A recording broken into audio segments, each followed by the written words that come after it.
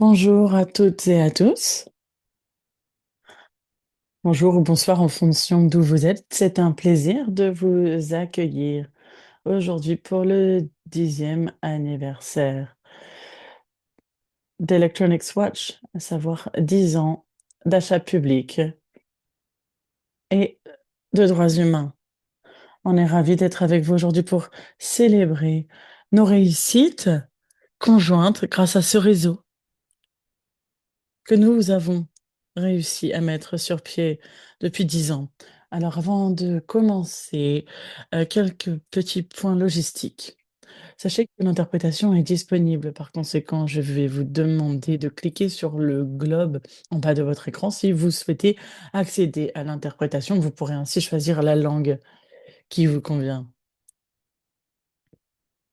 Une fois que vous aurez fait cela, on va pouvoir commencer. Comme je l'ai dit, nous sommes ravis de vous accueillir pour cet événement.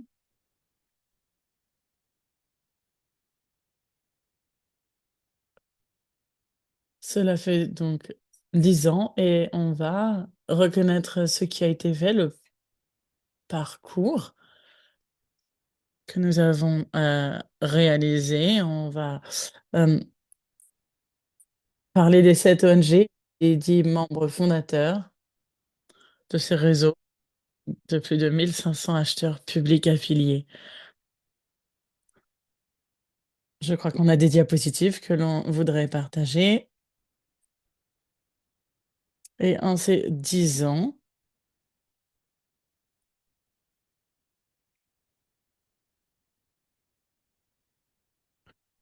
nous avons réussi à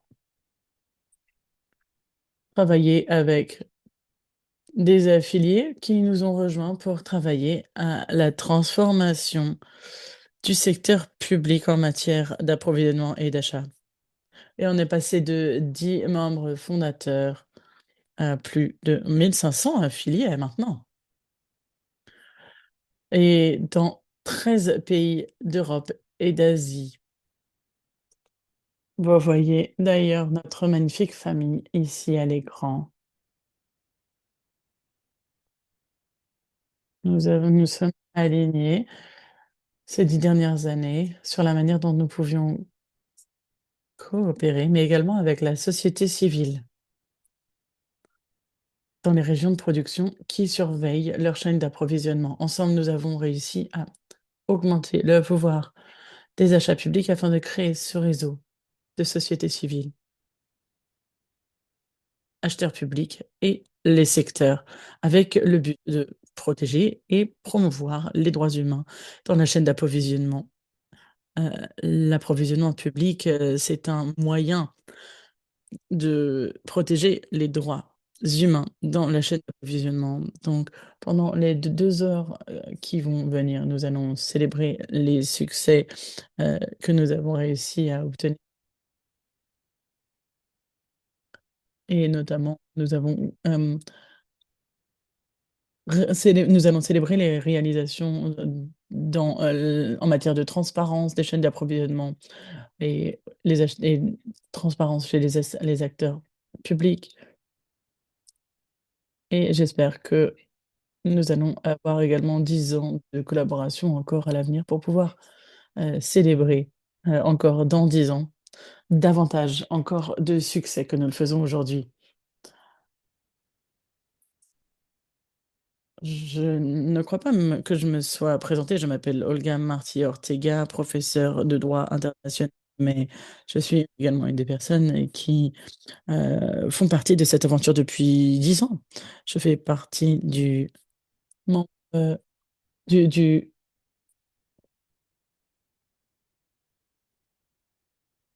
comité de surveillance notamment et j'ai plusieurs rôles au sein d'Electronics Watch et donc j'ai le de présenter nos intervenants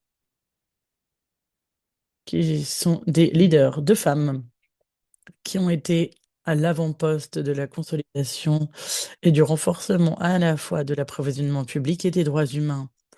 Nous avons en effet avec nous Pichama Yopantang, professeure associée et directrice de recherche au Centre pour la défense et la sécurité nationale. Alors, je suis désolée, il y a du son, il y a des bruits parasites. Donc, à l'université de Deakin, elle est actuellement présidente, membre des États d'Asie-Pacifique du groupe de travail des Nations Unies sur les entreprises et les droits humains. Et nous avons également avec nous Heidi Hautala, ancienne vice-présidente du Parlement européen. Elle a joué un rôle essentiel dans l'élaboration et la mise en place de la CSDDD de l'Union européenne.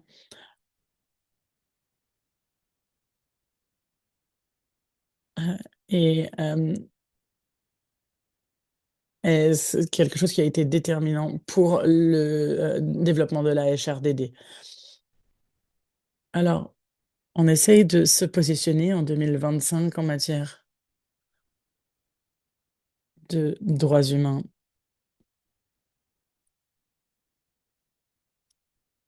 Et la chaîne d'approvisionnement alors.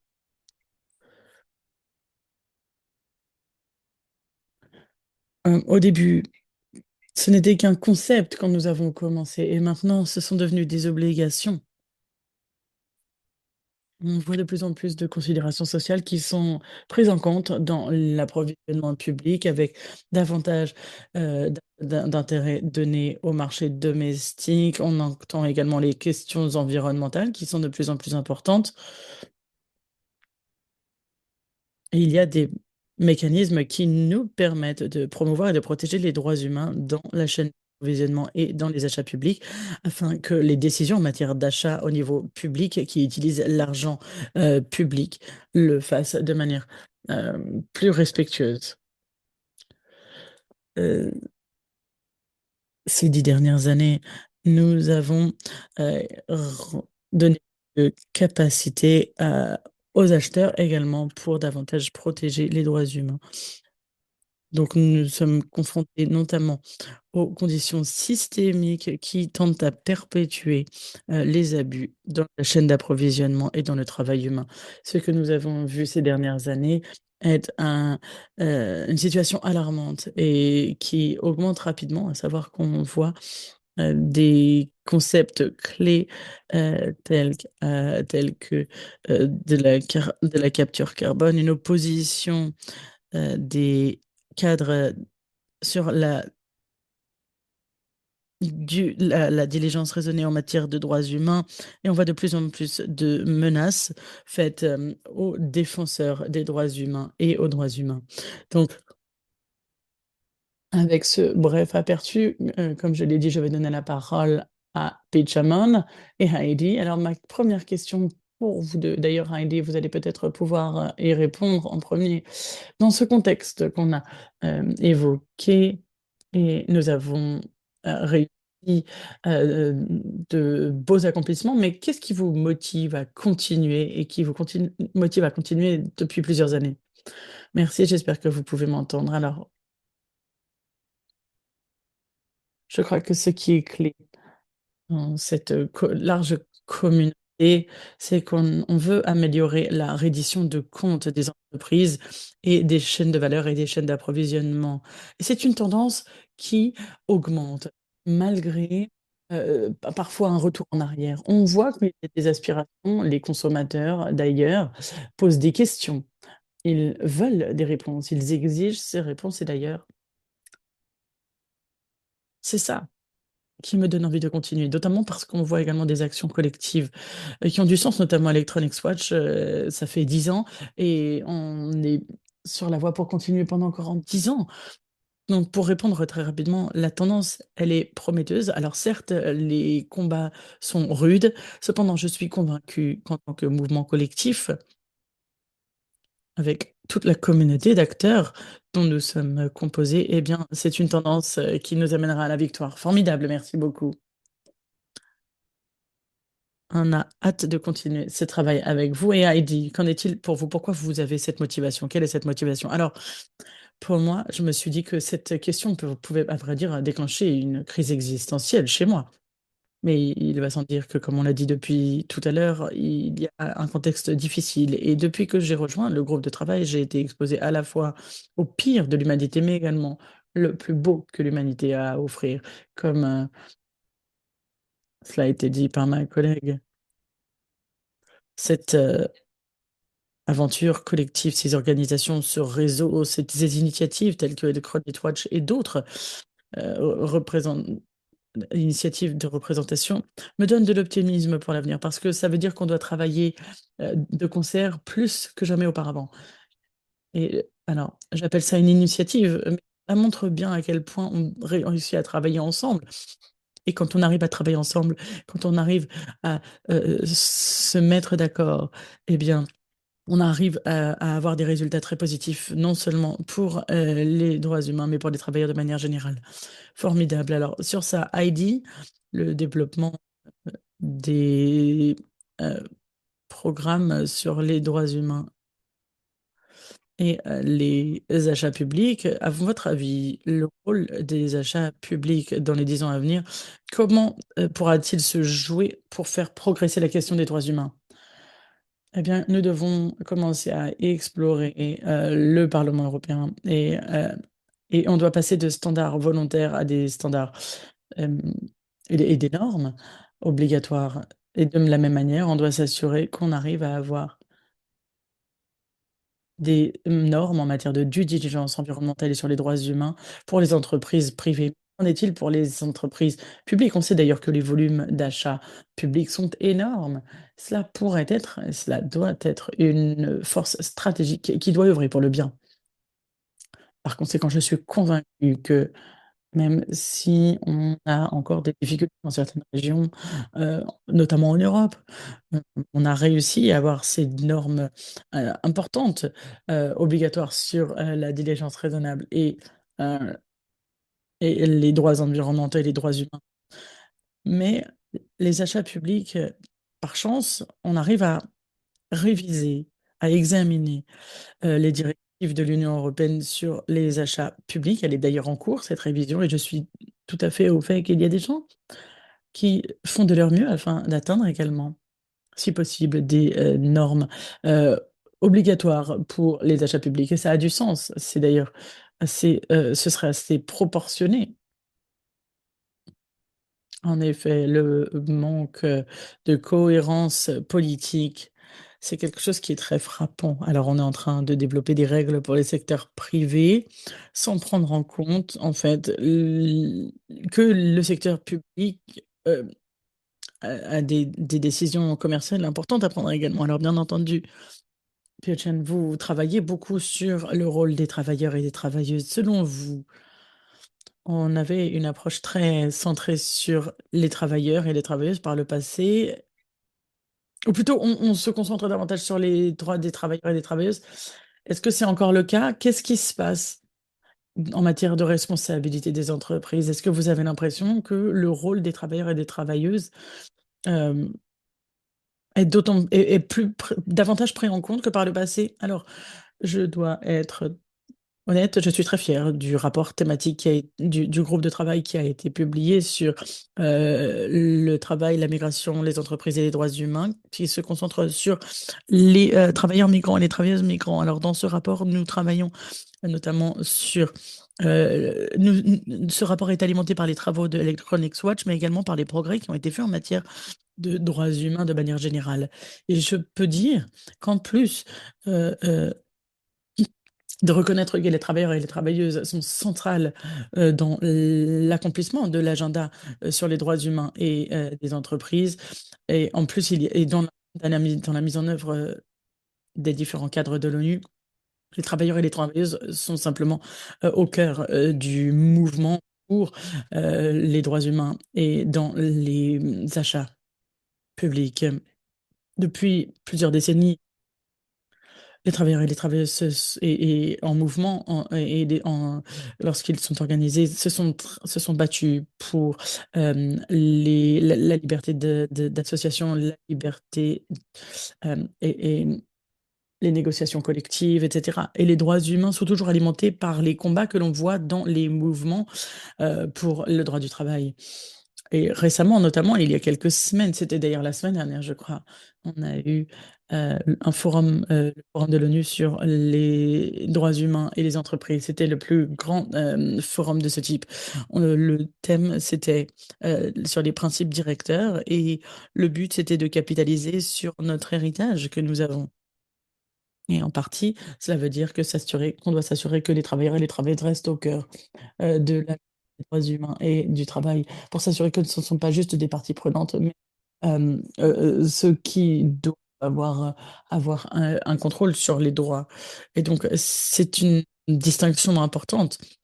Quand on travaille avec les travailleurs et les travailleuses, il ne s'agit pas uniquement de les utiliser comme des visages sur des posters ou de se dire qu'on a coché une case. Non, il faut prendre en compte que les droits humains sont beaucoup menacés, notamment si on regarde les conditions précaires dans lesquelles les travailleurs et les travailleuses accomplissent leur travail au quotidien. Il est important qu'ils soient traités comme et qu'ils soient au fait des droits qui sont menacés pour les travailleurs et les travailleuses, notamment. euh, on a des organisations telles que l'ITUC, euh, on, on voit qui nous permet de voir que les droits des travailleurs partout dans le monde sont menacés. Et donc, il est important de voir cette solidarité envers les travailleurs et les travailleuses qui sont les détenteurs des droits, notamment celles et ceux qui travaillent dans ces situations précaires, dans des secteurs émergents tels que l'économie des plateformes, pour garantir également qu'en plus de cela, lorsque les entreprises font de la diligence raisonnée en matière de droits humains en tant que processus, ils doivent intégrer également l'expérience des travailleurs et des travailleuses, la voix des travailleurs et des travailleuses dans ces processus, afin de garantir que la diligence raisonnable des entreprises inclut les risques en matière de droits humains et de droits des travailleurs et des travailleuses. Pas uniquement se concentrer sur les risques pour les entreprises. Or, c'est un problème, on voit de plus en plus cela émerger. Quand on voit la terminologie liée aux risques qui se concentre davantage sur les risques pour les entreprises au final, plutôt que sur les risques liés au droit du travail. Donc, je digresse un peu. Cependant, je pense que il est important de dire que, en matière de travailleurs et des travailleuses, de droits, des travailleurs et des travailleuses, une approche centrée sur les travailleurs et les travailleuses est essentielle pour garantir que l'on mette en œuvre les principes directeurs de manière à ce qu'ils reflètent vraiment les conditions de travail. Et c'est également essentiel de garantir l'accès au processus de remédiation qui font partie des piliers des principes directeurs de l'ONU. Merci beaucoup.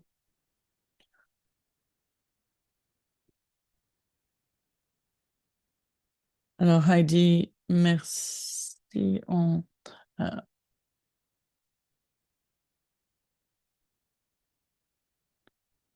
Et Pitchaman, comment, à votre avis, on peut renforcer le lien avec les achats publics? Comment faire en sorte que les acheteurs publics non seulement soient au fait, mais également comprennent les enjeux et qu'ils comprennent que l'achat public est l'un des outils que l'on a afin de vraiment faire s'articuler les droits humains avec la chaîne d'approvisionnement et, faire mettre en valeur la responsabilité des États en matière de droits humains. Tout à fait. On ne doit plus parler des travailleurs et des travailleuses comme des parties prenantes, mais plutôt comme des détenteurs des droits. Et c'est d'ailleurs les principes directeurs de l'ONU de garantir les droits et l'accès à la justice quand les choses ne se passent pas telles qu'elles le devraient. Et je crois qu'on doit renforcer notre travail, notamment sur les minerais de transition. Et ça, c'est au cœur de Electronics Watch. Même aujourd'hui où Electronics Watch est en train de s'étendre au secteur automobile en matière d'achat public. Donc, on doit comprendre la manière dont cette chaîne de valeur est conçue et ce qui se passe dès le début. Et les problèmes principaux que l'on observe, c'est dans le sourcing de ces minéraux. Mais ça n'est pas le seul souci. Il y a des problèmes également usines, le travail contre le travail forcé, sont autant de problèmes. Il y a d'autres domaines sur lesquels on doit davantage se concentrer, mais également de nouveaux instruments sur lesquels Les acheteurs publics pourraient se pencher notamment l'idée de contrats responsables, qui est une vraie tendance. Mais et à nouveau, Electronic Watch a un bon héritage à faire valoir dans les années à venir. Donc, comment faire en sorte que les acheteurs publics soient coopérateurs avec leurs fournisseurs pour que leurs fournisseurs protègent également leur chaîne de valeur? C'est également important pour les PME, c'est pas uniquement pour les marques connues à l'international dans le secteur. Les PME peuvent en bénéficier. Donc, de manière générale, je crois que les achats ou l'approvisionnement public, c'est une prise de décision qui est faite localement, généralement. Et je dirais que les éléments les plus prometteurs que l'on voit au sein des communautés et au niveau local, c'est là que ça se fait. Parce que les hommes et femmes politiques ont l'impression qu'il est temps qu'ils fassent leur approvisionnement, leurs achats de manière juste. Et mes responsabilités lorsque j'étais vice-présidente du Parlement européen pendant 7 ans, consistaient à travailler sur la gestion environnementale du Parlement. Et ensuite, on a basculé vers un reporting en matière de durabilité et des achats verts. Ce qui est intéressant, c'est de voir que, bien entendu, on se concentre davantage maintenant sur les droits des travailleurs et des travailleuses, mais à vrai dire, parfois, ce travail, il commence à partir de la responsabilité environnementale. Et d'ailleurs, pour mon travail au sein du Parlement européen, afin d'encourager et d'inspirer les agences d'acheteurs en matière de droits humains et de questions sociales, c'était compliqué. Donc je suis convaincue qu'on a besoin d'une réflexion intégrée, notamment comment s'assurer que la question de la crise climatique et le chaos climatique, comme j'aime le dire, et c'est d'ailleurs le haut commissaire qui l'a appelé comme ça à Genève la semaine dernière, il faut que ce soit lié aux droits des travailleurs, aux droits humains, et qu'on a également le droit à un environnement propre et un climat propre. Et c'est lié aux droits humains. Alors, c'est un défi de rendre cela visible et je crois que c'est vraiment l'étape suivante pour Electronic Trash. Merci infiniment, merci beaucoup à toutes et à tous. Merci pour cette introduction à cette discussion. Merci, puisque vous avez vraiment donné le contexte de ce qui se passe à l'heure actuelle et les différents défis auxquels nous sommes encore confrontés.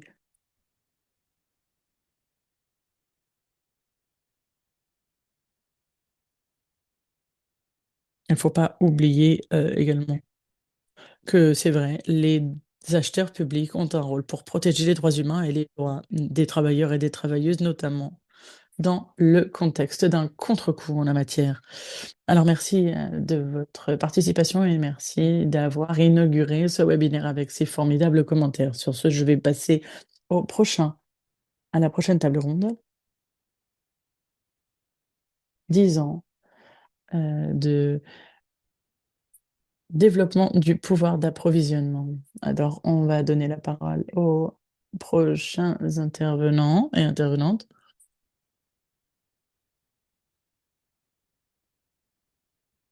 On a Deepika Rao avec nous, qui est directrice générale de Cividep en Inde. Alors, Deepika, merci beaucoup.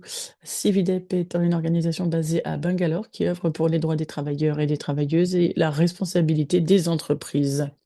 Deepika, on est donc la directrice générale. Comme je l'ai dit, nous avons également Martina Truzknak, responsable des achats responsables pour le groupe Greater London Authority, où elle pilote l'approvisionnement éthique. Et on a également Kate Sullivan, que vous connaissez sûrement. Elle est directrice de l'engagement des affiliés chez Electronic Swatch. Alors, comme on l'a dit, l'objectif de cette table ronde est de se pencher sur les 10 ans de travail en matière de pouvoir des achats publics et de revenir sur les réalisations d'Electronic Swatch, puisqu'on a vu un renforcement du réseau ces dernières années et de la communauté et un contexte favorable pour une transformation et un changement transformateur. Ces changements transformateurs sont nécessaires dans le secteur, on l'a dit, pour renforcer les travailleurs et les travailleuses afin qu'ils jouissent de leurs droits et nous devons donner les compétences et les capacités aux acteurs publics pour jouer ce rôle. Alors, je vais commencer à Deepika. Euh, Quels sont quelques exemples? de cas où le réseau Electronic Watch a facilité une meilleure gestion des griefs ou alors contribué à des améliorations concrètes pour les travailleurs?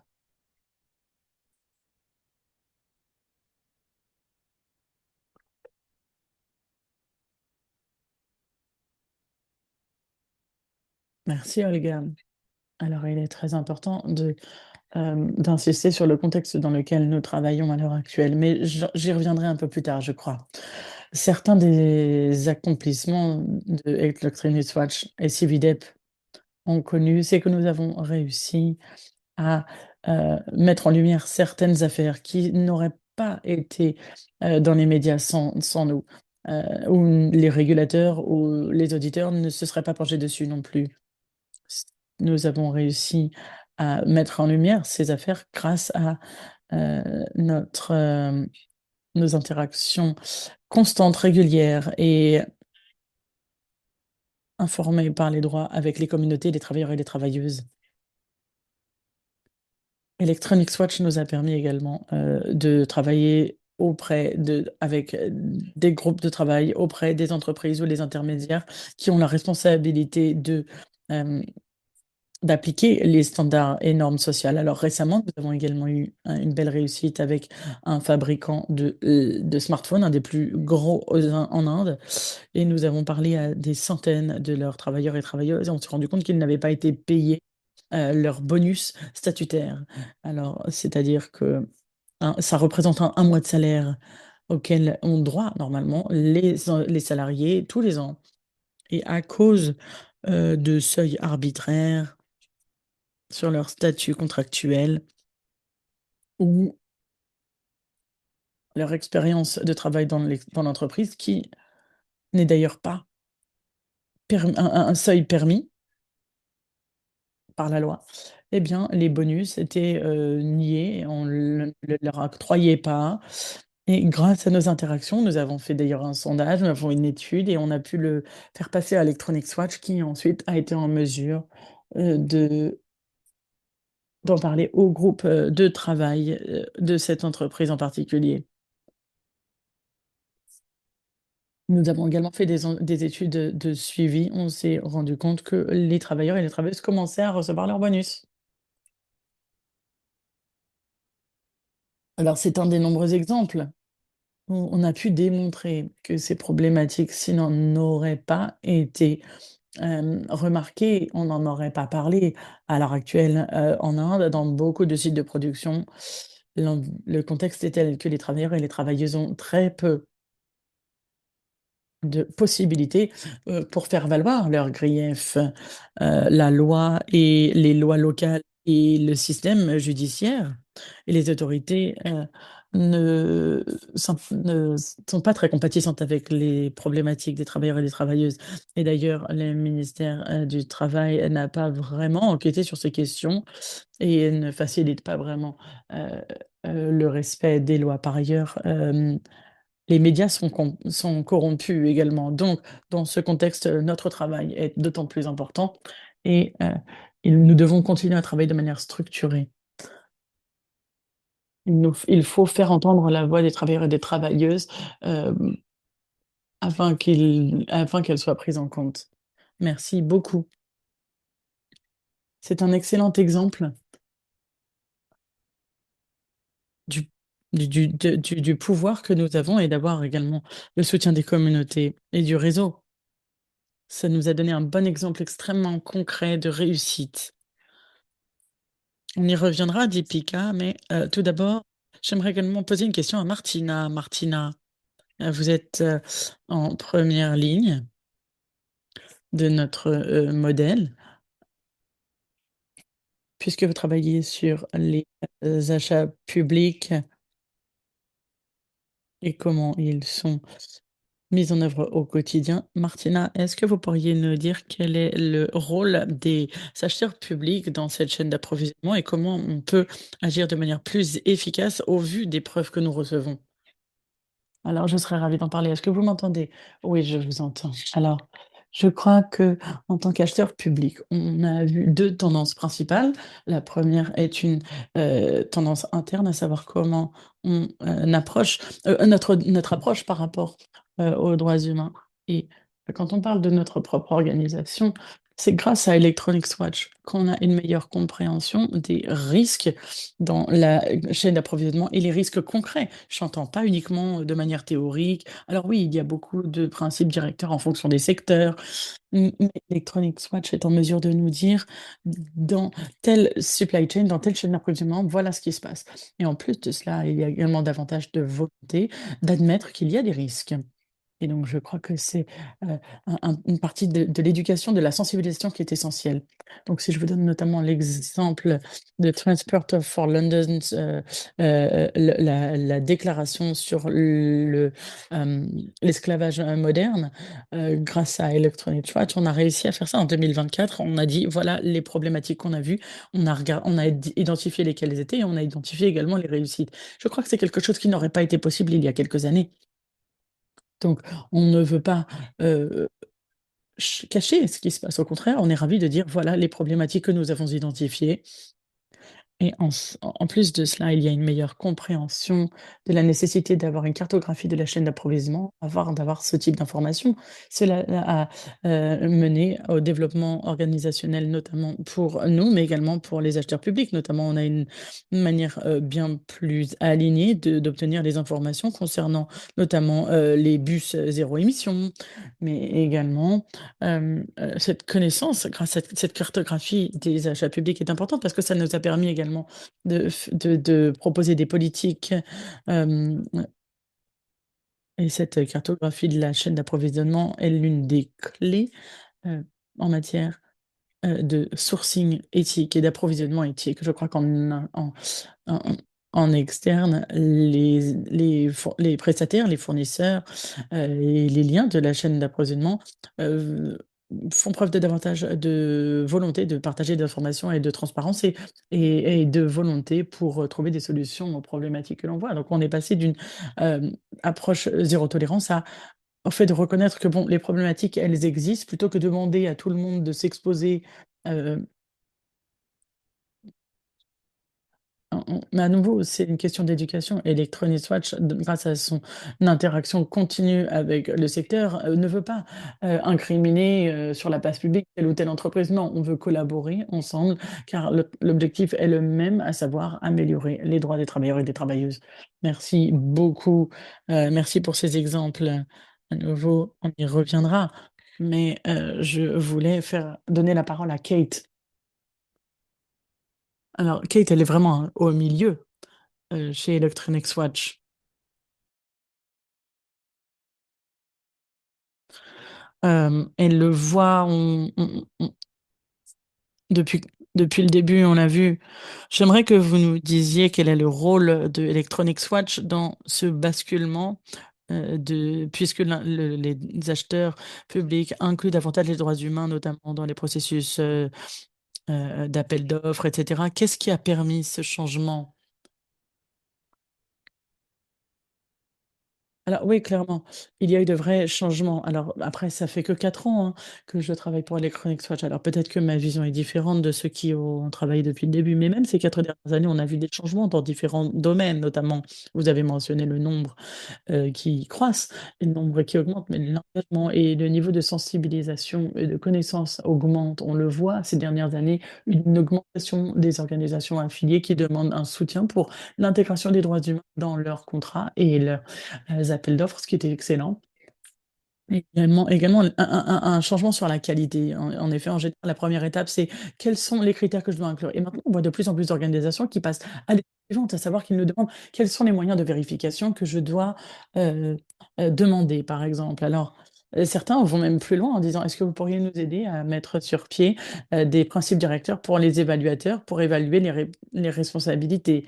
Je crois que ça montre non seulement un engagement en interne pour renforcer les connaissances et la capacité au sein des agences d'achat public, mais également une compréhension plus nuancée du type de preuves que les entreprises peuvent, également leur présenter et une meilleure compréhension en interne des éléments spécifiques. Quelque chose doit être, bien ordonné afin d'être vérifiable et donc on passe du quoi au comment et donc on voit également dans la gestion des contrats, l'introduction, des du rapport, sur le monitoring, cette quelques années a vraiment changé les choses parce qu'on a eu un grand nombre d'affiliés, hem, qui ont commencé à utiliser les preuves qui leur étaient données pour et donc ce nombre a vraiment augmenté. C'est plus juste les grosses organisations qui ont beaucoup de ressources avec une équipe dédiée pour la durabilité qui est en mesure de faire ça et c'est vraiment très intéressant à voir. Alors bien sûr, c'est important, que les grandes autorités cadres, et les gros consortiums d'achat, publics le fassent, mais il est important également que les petites organisations qui ont le même niveau d'expérience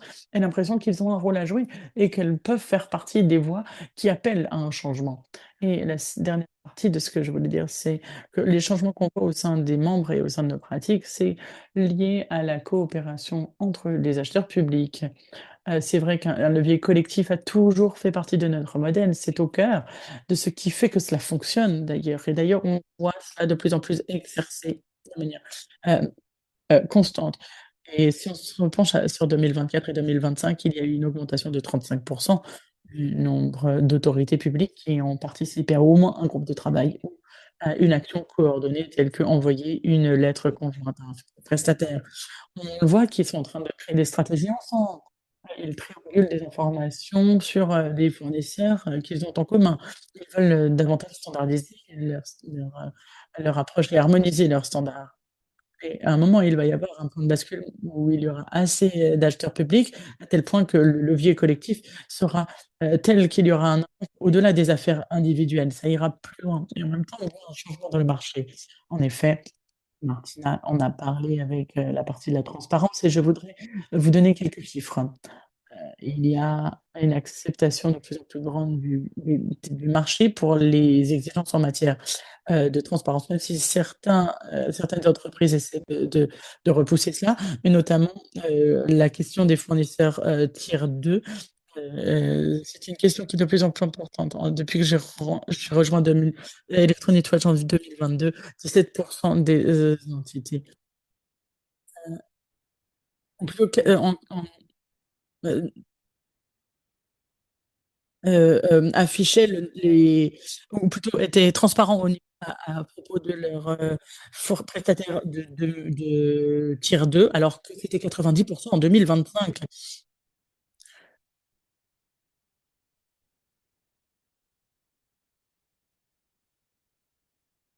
Et alors vous avez effectivement, évoqué ce que Martina a dit, mais également ce que notre première intervenante a dit, heu, sans des efforts sur le terrain avec l'organisation et la pression, du réseau, il y aurait beaucoup d'affaires qui ne seraient pas, qui auxquelles on ne donnerait pas la visibilité qu'elles ont désormais et si c'est pas dans la lumière, et bien ces cas ne sont pas gérés et d'Ipika, on voit une augmentation, une amélioration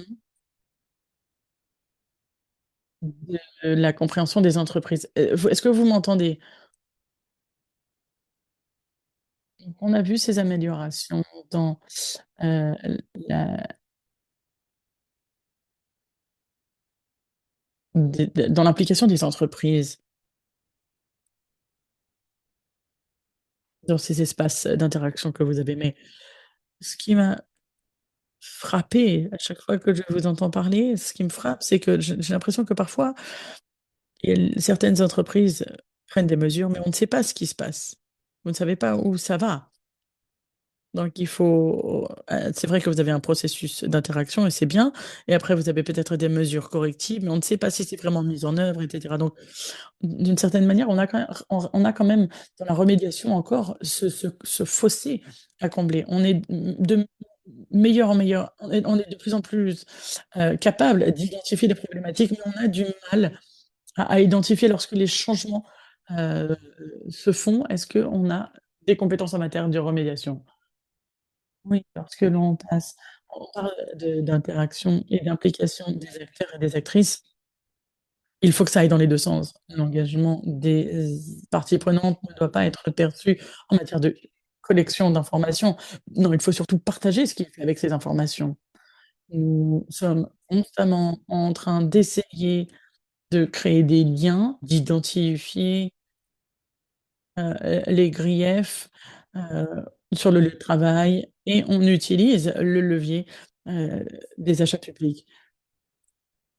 Malheureusement, ces informations, elles ne sont pas toujours partagées avec nous et on se rend compte ensuite que les mesures prises par l'entreprise sont, à vrai dire, souvent néfastes aux droits, des travailleurs et des travailleuses.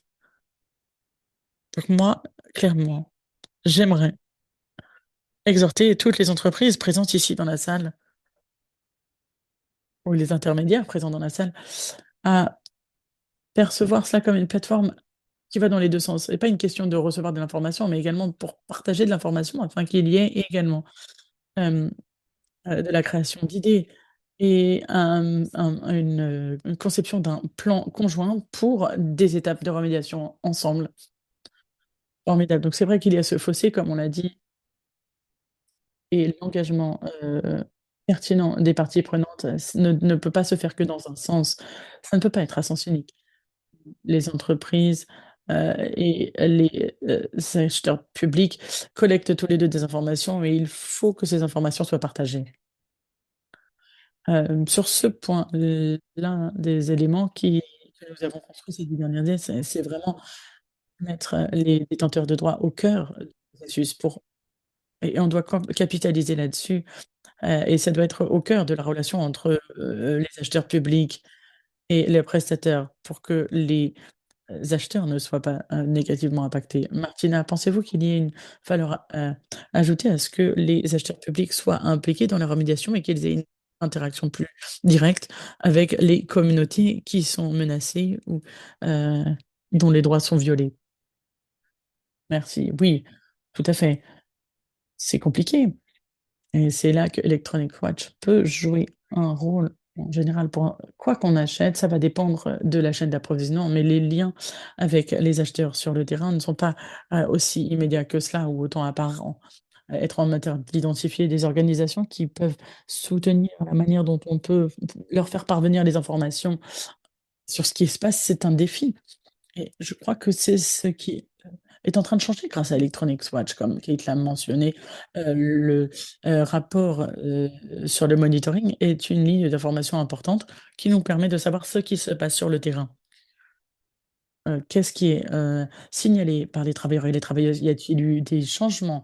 Et ensuite on peut faire une demande de prise de mesure de notre côté et si les négociations stagnent et qu'il y a besoin de davantage de soutien, on peut être là et donc clairement, c'est quelque chose de crucial et en tant qu'acheteur public, il est parfois difficile de faire cela, à moins que ce soit un contrat de service où on aura peut-être, les équipes de nettoyage sur le terrain et auquel cas c'est plus direct comme relation dans la chaîne d'approvisionnement. Donc oui, on a du mal et Electronic Arts fait partie, des lignes de vie que l'on a pour être en contact direct avec, ces détenteurs de droits. Merci beaucoup. Alors, bien sûr, Electronic Swatch, heu, est en contact direct avec les détenteurs de avec beaucoup de détenteurs de droits.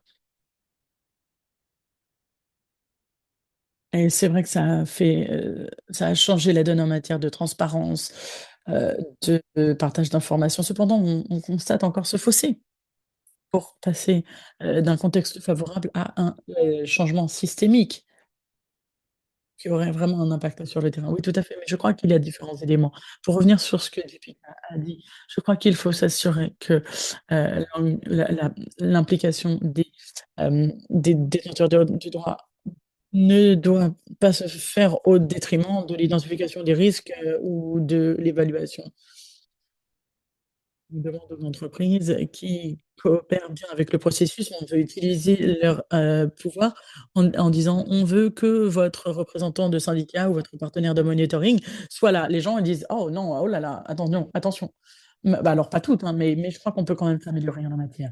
Ensuite, il y a des vrais défis, pour combler ce fossé, quel que soit le point de bascule, mais il faut avoir suffisamment d'acheteurs publics qui poussent dans cette direction, pour que ça devienne un risque pour les entreprises qui ne démontrent pas cette coopération et qui, n'exercent pas, cet engagement, des parties prenantes et qui ne montrent pas les preuves de ce qu'ils font. Parce qu'on le sait, il y a des entreprises qui font du bon travail en la matière, mais ils ne partagent pas forcément ce qu'ils font. Par conséquent, ça rend les choses difficiles pour les consommateurs, finaux, mais également pour les détenteurs de droits, d'avoir confiance en ce processus. Par conséquent, je crois qu'il y a différents éléments ici à prendre en compte et bien entendu à l'avenir. C'est quelque chose qui doit se faire, à une plus grande échelle par conséquent et c'est bien de voir que les partenaires qu'on a sur le terrain font un travail extraordinaire, les membres d'Electronic Swatch notamment, mais on veut que ce devienne un mouvement et que celles et ceux qui sont exploités, hem et les mouvements, de travailleurs et de travailleuses se réunissent, plus on a de voix qui se coordonnent et plus on sera efficace dans notre travail. C'est un point tout à fait important en effet. La confiance dans le processus, je crois que c'était quelque chose d'essentiel et j'aimerais que vous 3 reveniez sur cette question sur la confiance. C'est vrai que ça fait 10 ans que l'on, on crée on renforce ce pouvoir, de l'achat, de l'approvisionnement et selon vous, est-ce que vous avez vu des avancées? Dipika, dans quelle mesure pensez-vous que les travailleurs et les travailleuses et les organisations sur le terrain oh, pensent qu'on est en train de développer des processus qui peuvent être, dignes de confiance et comment améliorer cette confiance?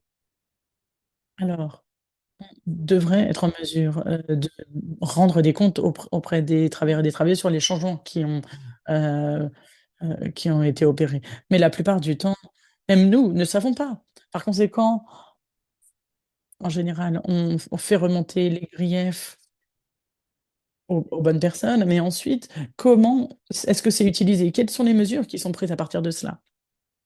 Et quels sont les impacts pour les travailleurs et les travailleuses? À nouveau, heu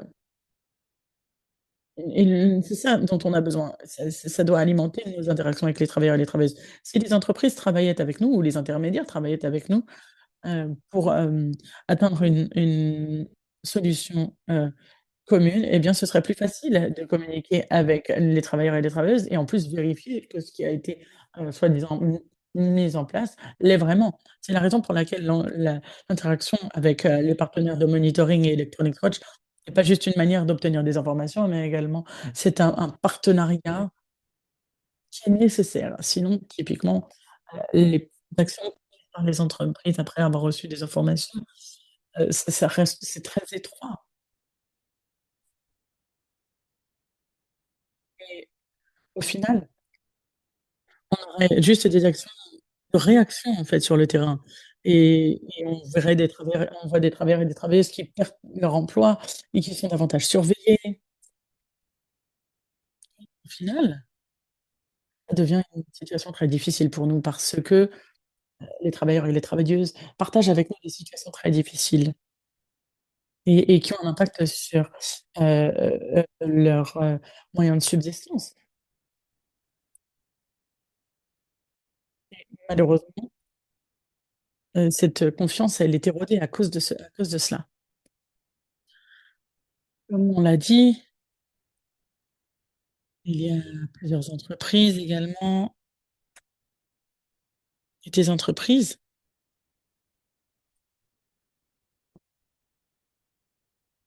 qui, prennent part à ce processus et c'est une opportunité de les entendre, d'entendre directement quels sont les obstacles auxquels sont confrontées les entreprises. Même si elles ont, la bonne volonté, d'interagir avec les détenteurs de droits. Qu'est-ce que ça signifie pour les entreprises? Quand on parle d'interactions qui ont du sens, de vraies interactions, qu'est-ce que ça veut dire pour les travailleurs et les travailleuses au final?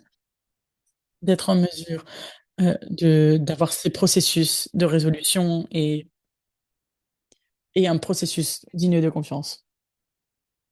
Martina, pensez-vous que la confiance dans ce, processus d'engagement peut vous aider à atteindre des résultats importants pour ce que vous faites au final? Parce qu'au final, ce que vous faites, c'est que vous faites de la gestion de fonds et vous permettez, à chacun et à chacune dans votre cas d'être «fonctionnel» entre guillemets.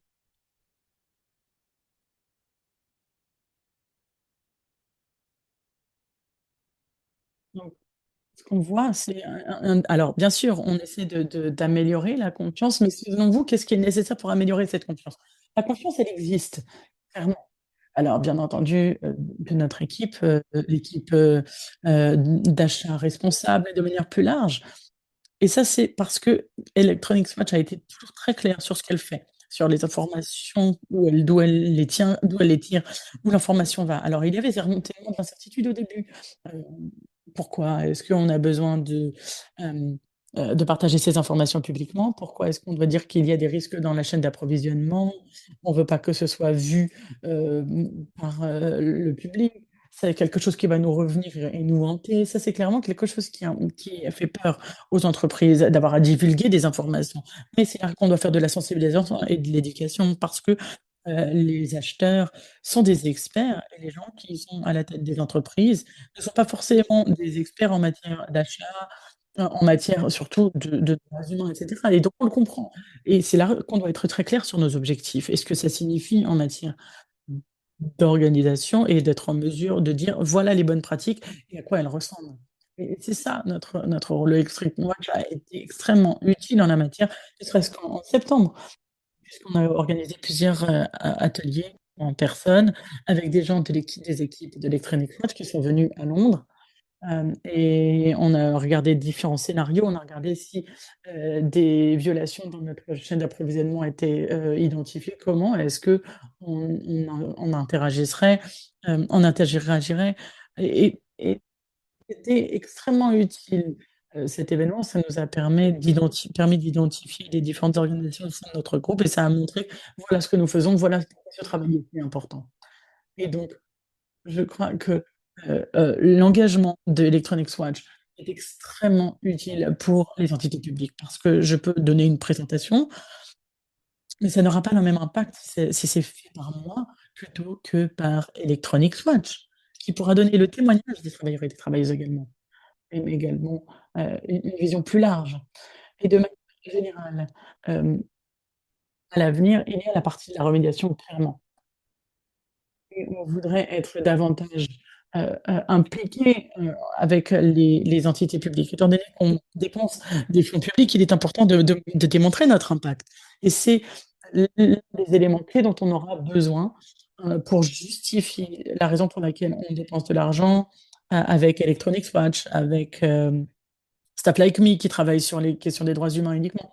Mais malheureusement, la question des droits humains, il faut démontrer l'impact, notamment dans la chaîne d'approvisionnement, et c'est le plus dur parce qu'on n'a pas ces données.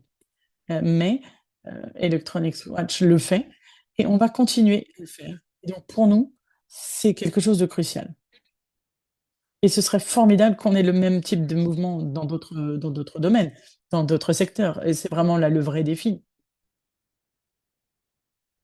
Notamment le programme de véhicules à basse émission, ça fait partie d'un programme qui s'est développé très rapidement, et on a pu atteindre des résultats très, très rapidement, et on arrive à faire de vrais progrès en la matière. Oui, je l'ai entendu à plusieurs reprises de la part d'acheteurs publics. Pourquoi est-ce qu'on parle pas du textile? Pourquoi il y a pas d'autres domaines? Eh oui, je sais,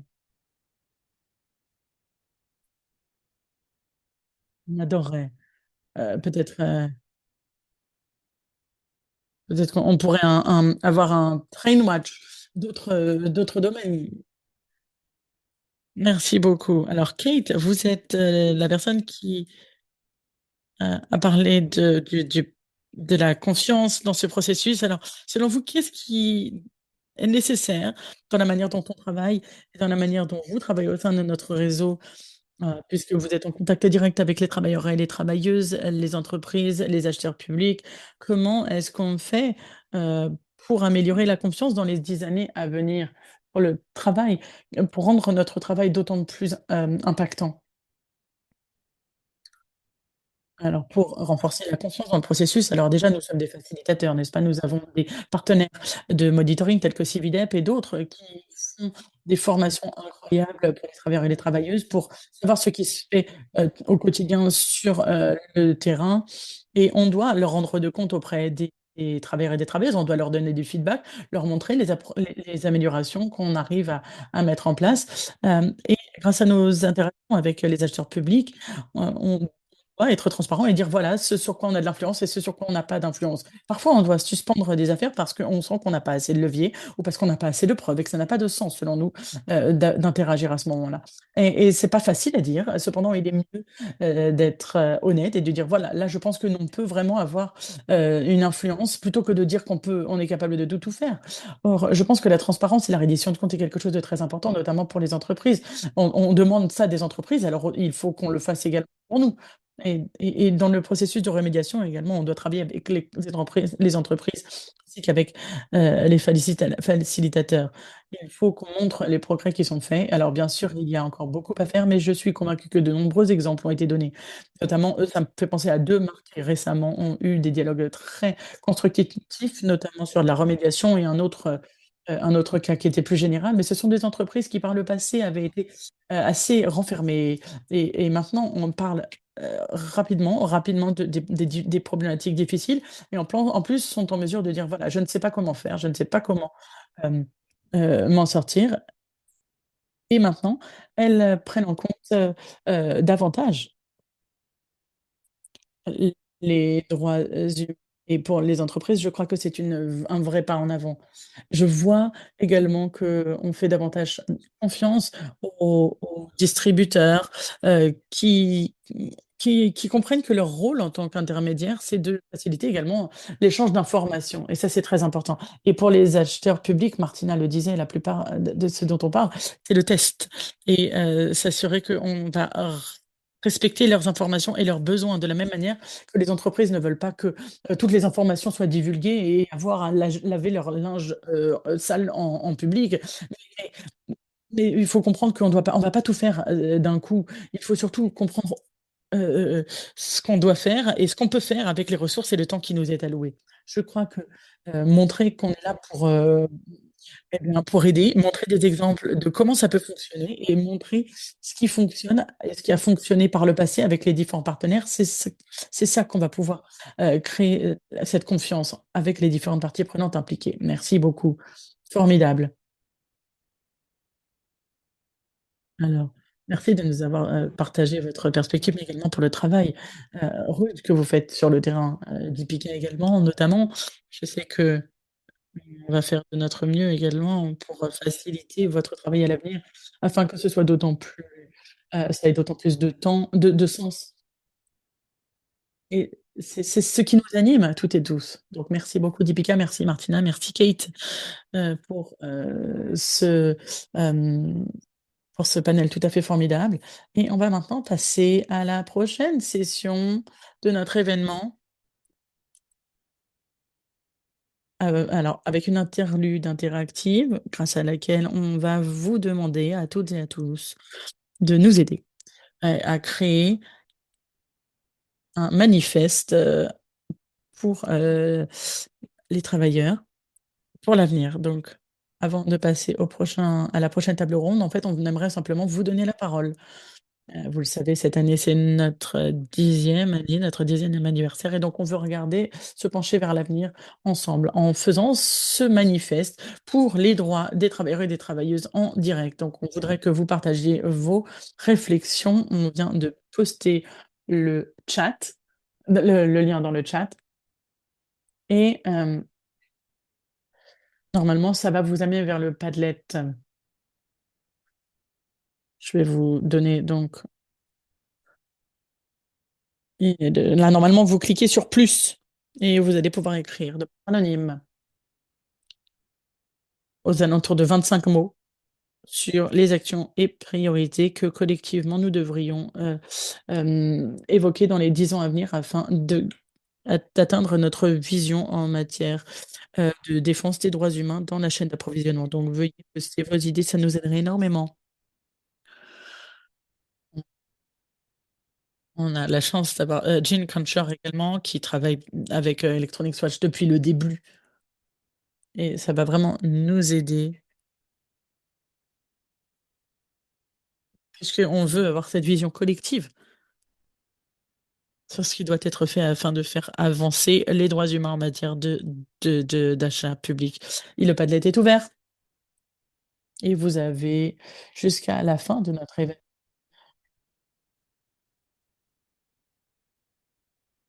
Il nous reste une demi-heure avant de clore cet événement, avant de clore plutôt ce Padlet. Ce sera ouvert pendant une demi-heure. Je vois déjà beaucoup de contributions déjà. Merci beaucoup.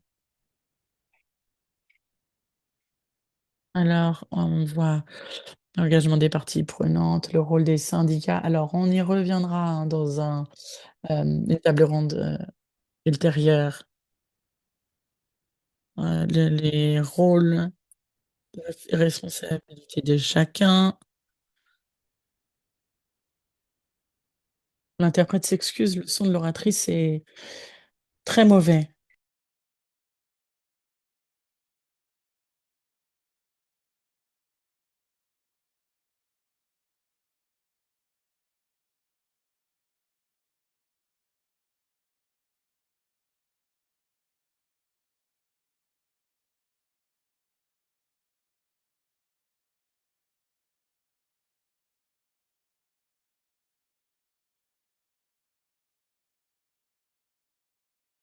Donc vous voyez, l'intervenante est en train de lire ce qui est à l'écran et son son est très mauvais. L'interprète s'excuse.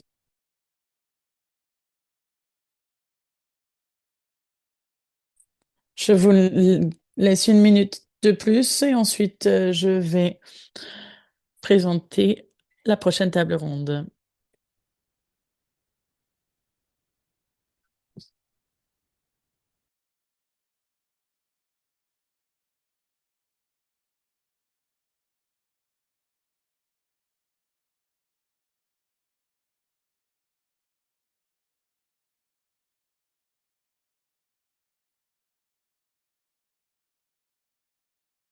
Merci, toutes ces contributions sont fantastiques et on va donc passer, comme je l'ai dit, à la prochaine table ronde,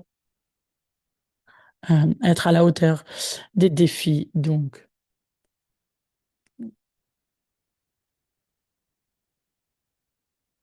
Alors on a eu des soucis techniques avec Bjorn, malheureusement, mais je vais le présenter. J'espère qu'on n'aura pas de soucis techniques. Je vais donc présenter, les intervenants et intervenantes de cette, table ronde pour la dernière partie de cet événement.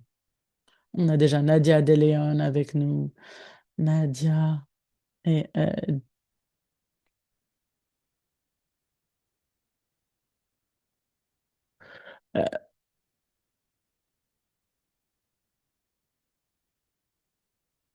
directrice actuelle de l'Institut pour le développement de la santé et de la sécurité au travail, un organisme pionnier en matière de sécurité au travail aux Philippines, fondé à la fin des années 80. Richard Ellis de l'université Monash en Australie, heu, supervise la stratégie et la gouvernance des achats, notamment la gestion du programme de lutte contre l'esclavage moderne de l'université. Il est également membre du conseil d'administration d'Electronics Watch et bien entendu donc, Björn Claesson, que, tout le monde dans la famille Electronics Watch connaît puisqu'il est directeur exécutif et de manière générale une figure inspirante et c'est quelqu'un qui, aime, heu, maintenir, et favoriser l'énergie et l'enthousiasme au sein de ses équipes. Nadia, Richard, Björn, merci beaucoup d'être avec nous. Alors on va commencer avec vous, Nadia. Alors l'objectif de cette table ronde, relever les défis, est tout d'abord, d'imaginer à quoi pourrait ressembler le réseau Electronics Watch. Alors, dans 10 ans, on a déjà vu ce qu'on avait fait par le passé et on va essayer d'avoir une approche réaliste à ce à quoi aurait ressemblé Electronic Watch dans 10 ans et comment on peut, heu, changer les dynamiques de pouvoir à l'avenir. Alors on a entendu également depuis le début, avec nos précédents intervenants et intervenantes, qu'il y a des défis où, la société civile qui se réduit comme peau de chagrin, des contre-tendances émergentes, l'augmentation, des biais sectoriaux, dans le secteur, des achats publics. Alors concentrons-nous sur ces défis et la manière dont on peut, les surmonter. Nous avons tenté d'identifier, un ensemble de 3 défis principaux. que nous allons évoquer aujourd'hui. On peut les catégoriser comme, des, défis substantiels, donc liés aux risques spécifiques en matière de droits humains, droit, du travail et chaîne d'approvisionnement, notamment la santé au travail, la sécurité au travail et ensuite l'autre défi, à savoir comment est-ce qu'on peut soutenir, ce que nous avançons grâce à des preuves et notamment dans un monde où la technologie est partout et l'IA malheureusement, joue un rôle de plus en plus important et et et et il y a un défi qui est davantage structurel en lien avec, l'implication des détenteurs de droits et des parties prenantes dans un contexte tel que nous le connaissons. Alors, pour s'attaquer à ces défis substantiels, notamment la santé et la sécurité au travail, dont vous êtes, des figures de proue.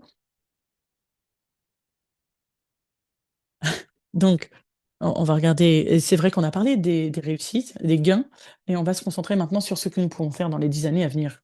Qu'est-ce que vous pouvez nous en dire, Nadia? Alors merci, Olga, merci et bon joyeux 10e anniversaire Electronics Watch. En tant que nouvelle membre, du conseil, de Electronics Watch, je suis ravie de faire partie de cette discussion. Pour nombre d'entre nous, nous avons travaillé pour Hoche aux Philippines, et en Asie. Electronics Watch a toujours été un partenaire de confiance et fiable. À l'avenir, nous allons, nous préparer à relever le défi des années à venir et je voudrais simplement revenir rapidement sur ce qui, est ressorti pour moi en tant que, heu, militante pour les droits humains et les droits du travail pendant 10 ans. Nous avons réussi, à gagner du terrain sur la santé et la sécurité au travail, mais il reste encore, des vulnérabilités. On a vu de vraies améliorations, notamment après que les travailleurs et les travailleuses aient fait valoir leurs exigences, leurs demandes et le résultat, de leur monitoring constant, de leur reporting et de pression. Nous avons eu des résultats. Cependant, ces gains peuvent, heu, rapidement disparaître. La réalité, c'est que partout dans le monde, des millions de travailleurs et des travailleuses, se blessent, tombent malades et malheureusement, beaucoup de travailleurs et de travailleuses continuent de mourir à cause de, conditions de travail, non sûres.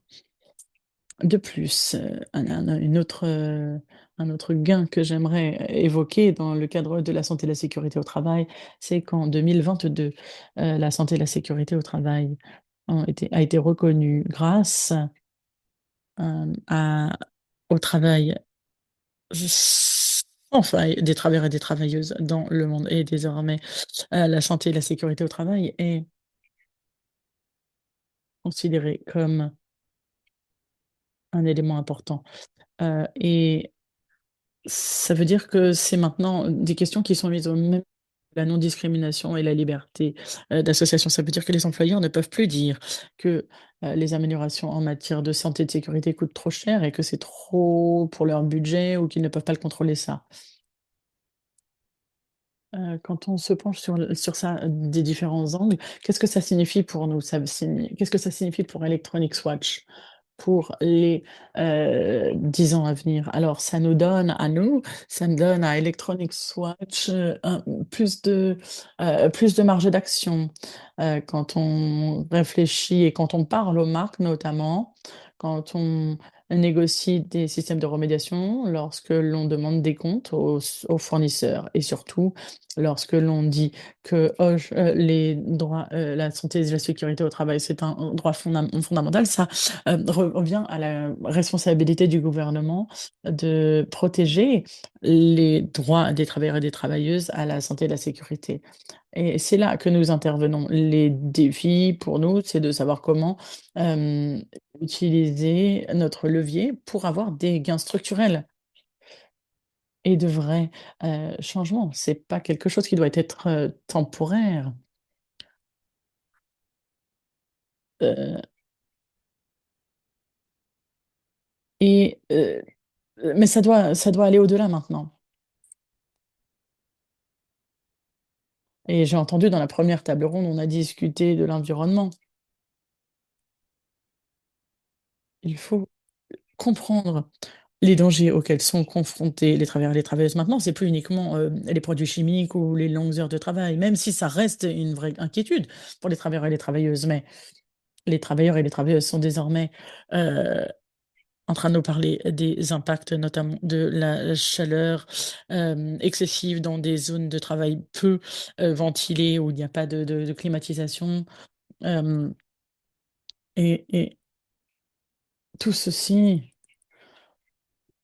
sont des dangers qui ne font qu'émerger, et ça a un impact sur la santé et la sécurité des travailleurs et des travailleuses. Donc les liens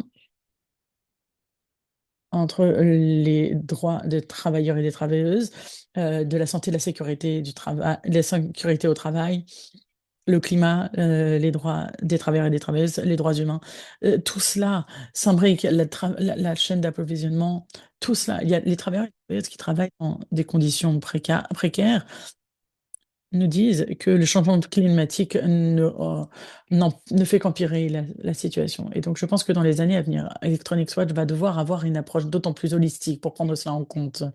Donc à l'avenir, je crois que la collaboration est essentielle, et renforcer les capacités des leaders de syndicats est essentiel sur ces questions,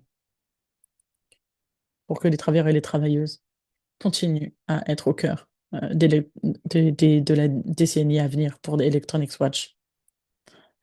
Ah, merci beaucoup. Alors, c'est un élément très important, et oui, on en a déjà parlé au précédent panel, et on va revenir rapidement sur ce que ça signifie d'avoir cette approche holistique. Mais tout d'abord, j'aimerais, demander à Richard qu'il nous parle du rôle des acheteurs publics, et comment, en tant qu'acteur clé, vous interagissez avec ce processus, et quel est votre rôle, selon vous, dans les 10 années à venir, dans le contexte que Nadia vient, heu, de d'évoquer? Merci, c'est, incroyable de voir de tant plus de contrats et d'appels d'offres qui incluent, heu, l'esclavage moderne. Ce qui améliore significativement les processus, d'appel d'offres. On a 8 campus partout en Australie et dans le monde, et donc notre programme, sur, l'esclavage moderne dans les appels d'offres sont d'autant plus compliqués. Donc ce que nous avons fait, c'est que nous avons fait appel à Electronic Swatch rapidement dans le début du processus. Alors, il y a eu des rapports extraordinaires qui nous a fait, prendre conscience de certains éléments, et on a besoin de soutien pour acheter des produits électroniques. On a besoin de retours sur les fournisseurs, et au niveau de au moment de la prévente, c'est là que les gens sont le plus au fait, capables d'entendre. On a eu d'ailleurs, eu un cas où on a eu un fournisseur, où on a eu des doutes sur, l'esclavage moderne, et donc le fournisseur a perdu le contrat. Donc ça montre bien que quand on a des chaînes d'approvisionnement raisonnables, et qu'on a confiance qu'on achète auprès d'acteurs raisonnables, hem, Electronic Swat Report nous permet de voir les choses de manière plus large. Alors, cette année, Electronic Swatch nous a donné plus de visibilité sur plusieurs mines inclus dans notre chaîne d'approvisionnement, et l'un des exemples de visibilité de notre chaîne d'approvisionnement, et moi j'ai trouvé ça extraordinaire. Alors, après on le sait, tier 2, tier 3, c'est compliqué. Alors arriver déjà à une mine, c'est extraordinaire.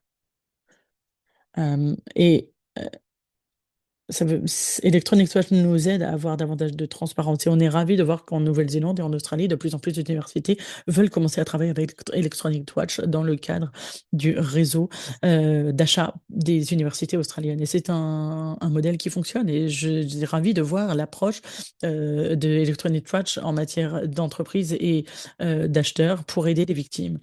L'achat de produits électroniques s'est bien amélioré, et Electronic Swatch montre, qu'un modèle basé sur la confiance fonctionne, et montre également que travailler de concert change la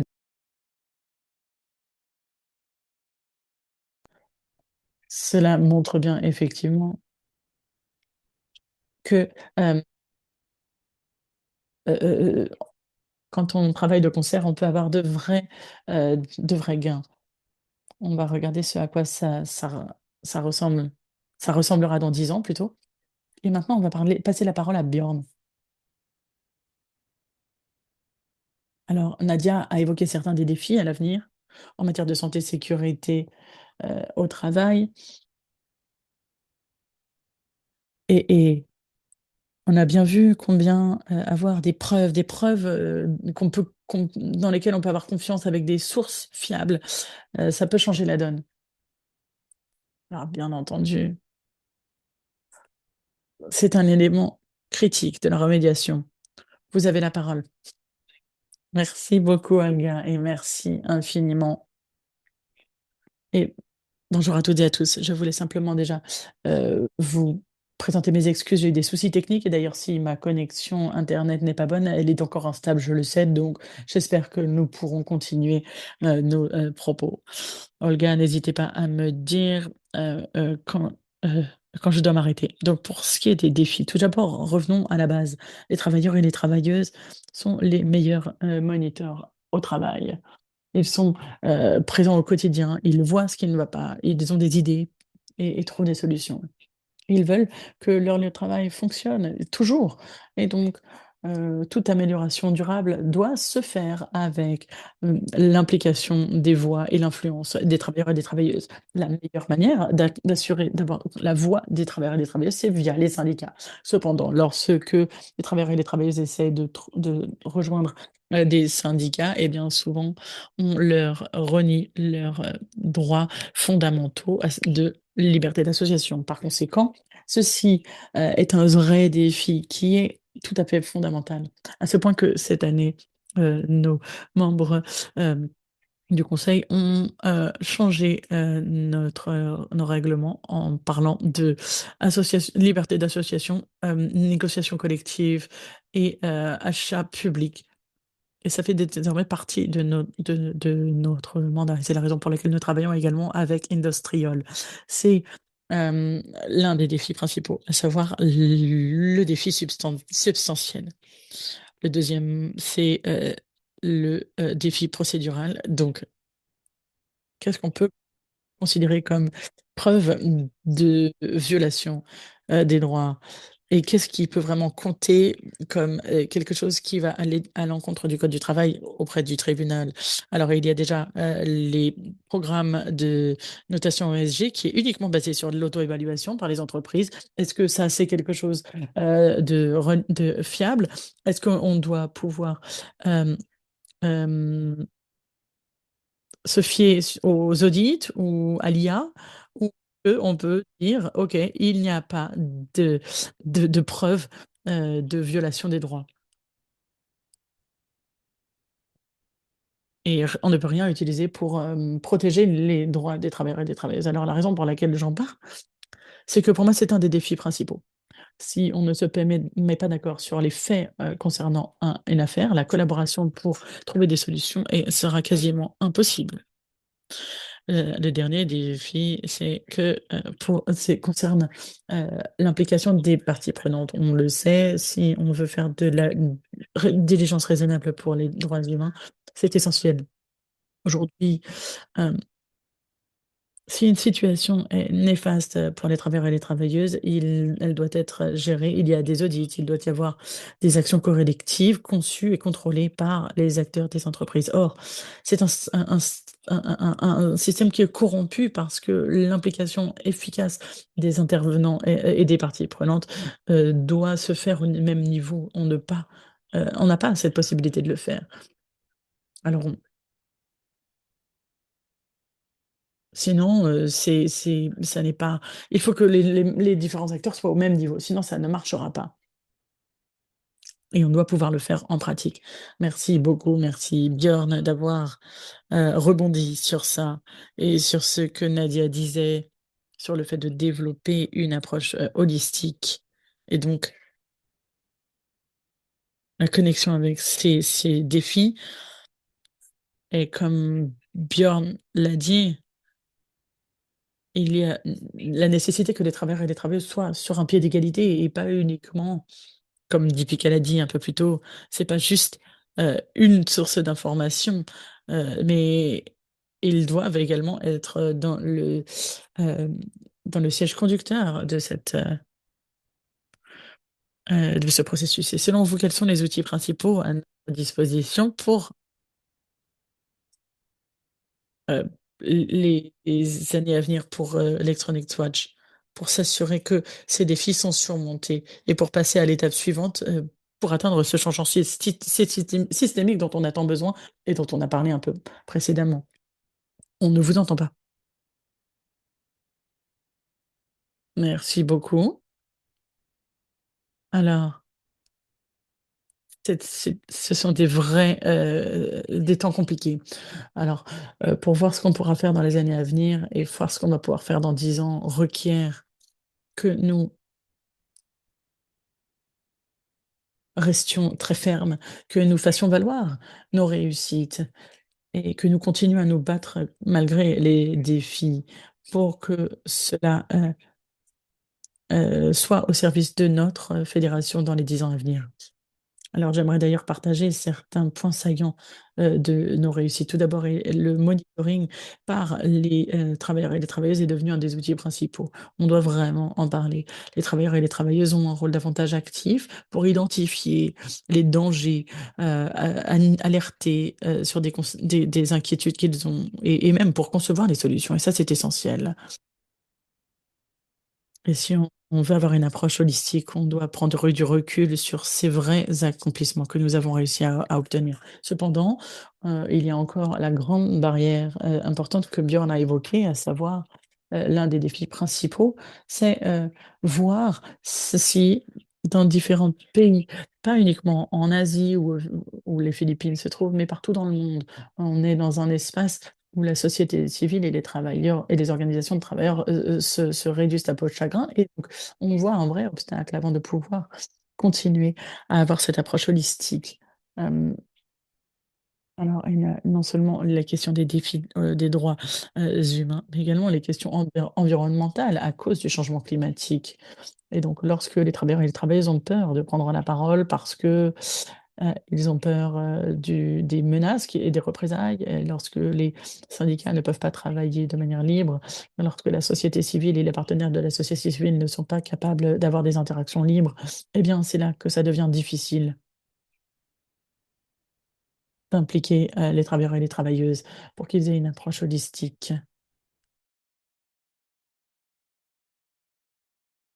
et donc, heu, il faut regarder le modèle d'Electronic Swatch et c'est ça qui est si important parce qu'on veut, mettre à l'échelle l'impact des témoignages et de ce que disent nos partenaires et ça a été déjà dit par un peu plus tôt.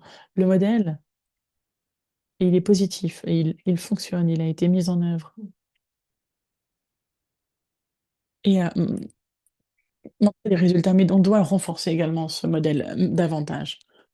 Une suggestion que j'aurais, c'est on a besoin de protection supplémentaire et de systèmes de soutien pour s'assurer que les travailleurs et les travailleuses, et les travailleurs de la société civile puissent, travailler, en toute liberté dans les cadres de remédiation et de monitoring. Donc dans les 10 ans à venir, afin d'avoir cette approche holistique, on a également besoin de garantir, des canaux de reporting plus sûrs et ils doivent être, des engagements plus, clairs mal et sans représailles.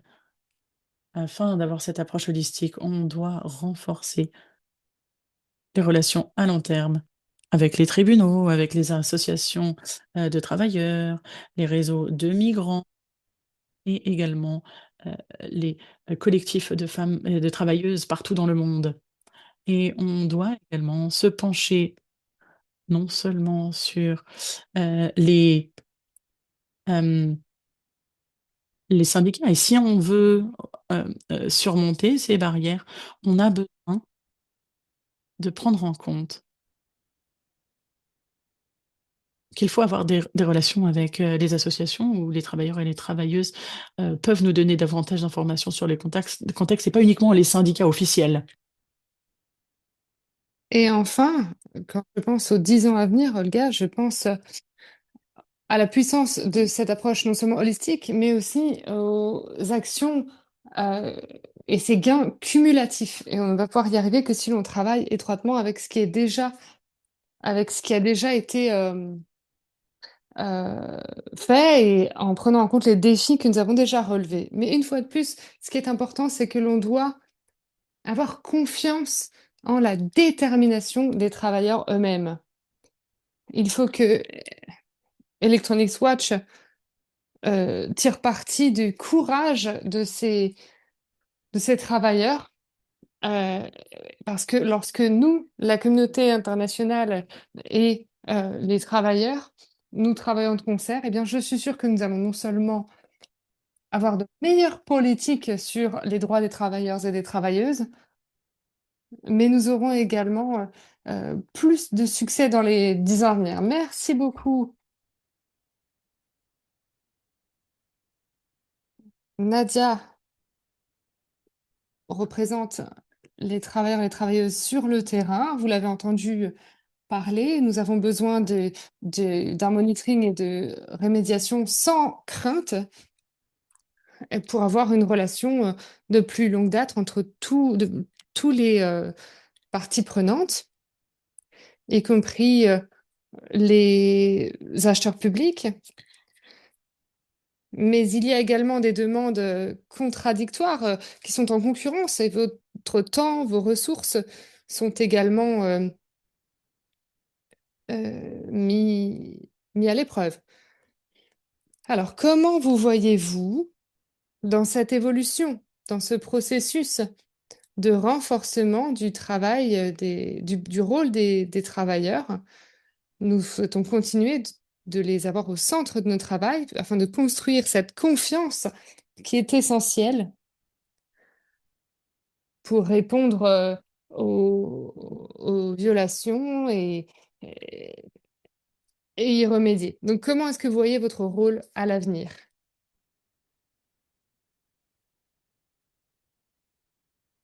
Une façon dont on a pu euh, faire grandir les choses, c'est de travailler avec le réseau australien, qui est un réseau d'environ 41 universités. C'est un travail très enthousiasmant.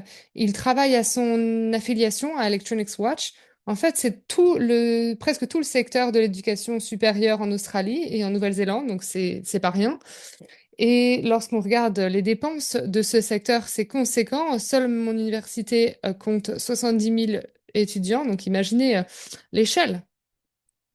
Si je vais plus loin, je me demande s'il pourrait y avoir un avenir pour ceux qui achètent, pour qu'ils aient la capacité de communiquer directement avec les travailleurs à un moment, à une étape du processus Electronics Watch, la disponibilité des vidéoconférences. Cela enlève le voyage en fait comme contrainte et cela, la distance, c'est souvent ce qui empêche d'avoir un engagement plus direct et parfois le budget ne le permet pas. On peut mettre un terme au concept d'usine éloignée. Il faut travailler sur la communication entre les acheteurs et les travailleurs. Cela devrait faire partie du processus de base. Je pense que c'est un défi pour Electronics Watch et ses affiliés, mais il faut que l'on réfléchisse vraiment au modèle d'Electronics Watch pour faire tomber davantage d'obstacles entre les travailleurs et les acheteurs, parce que on travaille tous au même objectif finalement.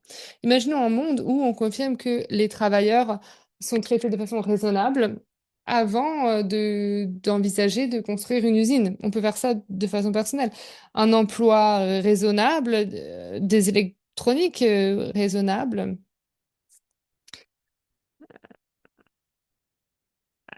Formidable, merci Richard et Bjorn. Eh bien, Nadia a très bien expliqué, et Richard aussi, de façon très positive. Comment voyez-vous l'avenir?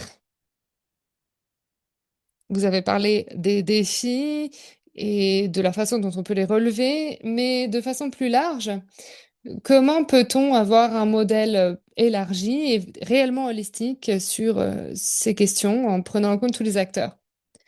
Tout à fait. Alors, je souscris à plusieurs des commentaires de Nadia et de Richard. Mais tout d'abord, il y a le défi de la liberté d'association. Les travailleurs doivent monitorer leur propre lieu de travail. Et c'est un défi, ça l'a été depuis des siècles. Donc, ce qui est réaliste, euh, quelques points. Je pense que l'on peut voir le réseau des partenaires de monitoring de la société civile qui peuvent devenir plus adeptes à l'heure de comprendre et de faire des rapports sur des violations du droit à la liberté d'association. Malheureusement, le son de l'orateur saute. L'idée, ce serait que les acheteurs puissent être conscients de cela. Je pense que l'on va en apprendre davantage sur les problèmes et les violations de ces droits. Il y a de nombreux lieux de travail où les travailleurs, on voit au chapitre. Du point de vue des acheteurs, je pense qu'on peut aller plus loin aussi dans la chaîne d'approvisionnement, où on peut avoir une cartographie de là où on en est des accords de syndicats déjà, où est-ce qu'on entend déjà réellement la voix des travailleurs qui sont indépendants d'un syndicat, pour que les acheteurs publics puissent comprendre quand et comment ils peuvent utiliser des mesures incitatives et des structures euh, pour récompenser, de récompense en fait. Je pense que c'est faisable dans les 10 ans à venir, même si ça va être une tâche d'envergure. Ensuite, pour répondre à la question sur les preuves crédibles, je pense en effet que du fait de l'essor de l'IA, nous allons avoir constamment des questions sur les sources des preuves. Est-ce qu'on peut se fier à ces preuves ou non? Parallèlement, je pense qu'il faut être réaliste. Il va y avoir des avancées du côté des acheteurs publics à l'heure d'évaluer la qualité et la crédibilité des preuves qu'ils reçoivent de la part de leurs fournisseurs. Et la capacité parmi ces acheteurs publics de remettre en question ces preuves et de pousser en fait les fournisseurs à se baser sur des témoignages crédibles des travailleurs. On doit être capable de prendre, enfin, d'aller plus loin dans ces capacités. Je crois qu'il y a également des entreprises qui sont transparentes et qui écoutent de plus en plus la voix des travailleurs. Et cela m'amène à mon dernier point sur l'engagement significatif des parties prenantes. Et là, je pense qu'en effet, d'ici 10 ans, eh bien, nous serons capables de nous féliciter de liens encore plus étroits entre les acheteurs et notre réseau. Je pense qu'on ne sait même pas comment cela va se passer à l'heure actuelle, mais je n'ai aucun doute, cela arrivera. Et de surcroît, nous verrons des entreprises de pointe qui auront des collaborations avec des syndicats et des organisations civiles ou de la base qui représentent les travailleurs. Et les entreprises, ces entreprises en apprendront davantage sur les risques, sur la chaîne d'approvisionnement, par le biais de ce type d'engagement, plutôt que par le biais des notes ESG ou l'IA, etc. Et lorsque cela arrivera, ce qui sera très important, c'est d'être capable de tourner la page petit à petit et de se concentrer davantage sur la prévention des violations des droits plutôt et la réparation. Et si j'avais une boule de cristal, voilà, c'est ce que je trouverais. Oui, j'aimerais bien également que l'on ait une boule de cristal. Je souhaitais simplement mettre en avant cette idée également,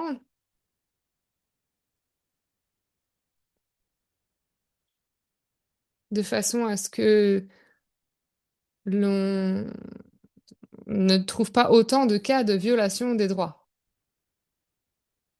Un autre défi, euh, qui est plutôt existentiel pour les dizaines à venir,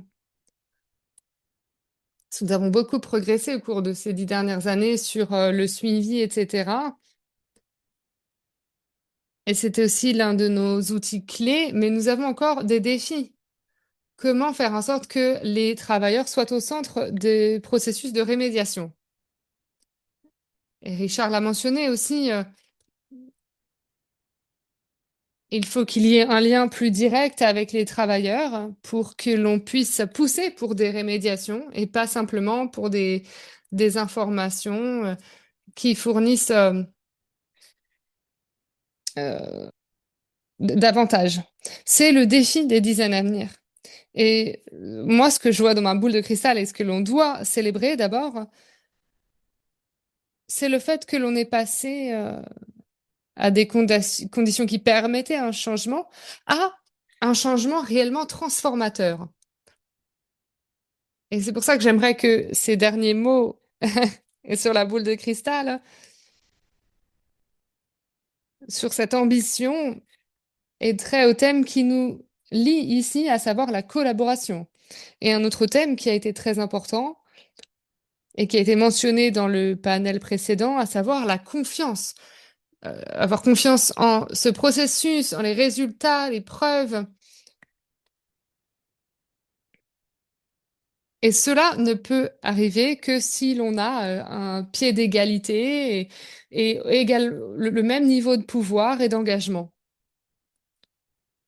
Et là-dessus, comme l'a dit Pitchman, le rôle de la solidarité dans tous ces secteurs.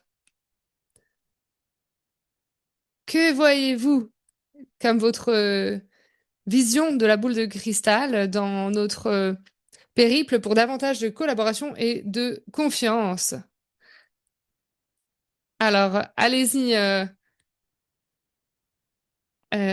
allez-y, Richard. Oui, je vous prie de m'excuser, nous dit notre l'orateur, car son son n'est pas toujours très bon.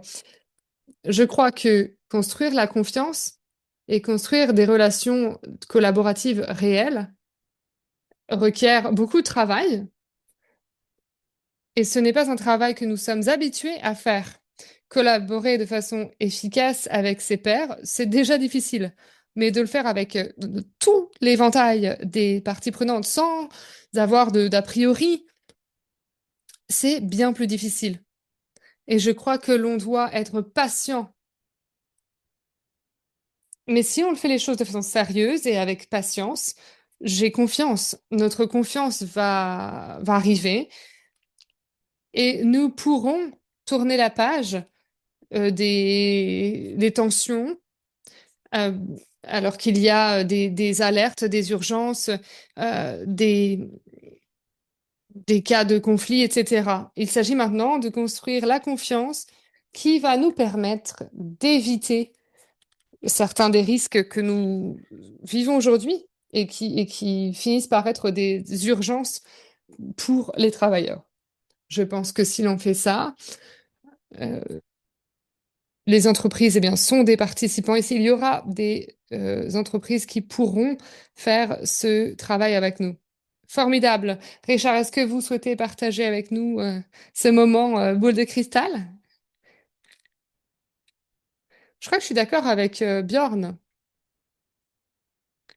La confiance se construit, elle est cumulative et je pense que Electronics Watch est une fondation incroyable pour cela.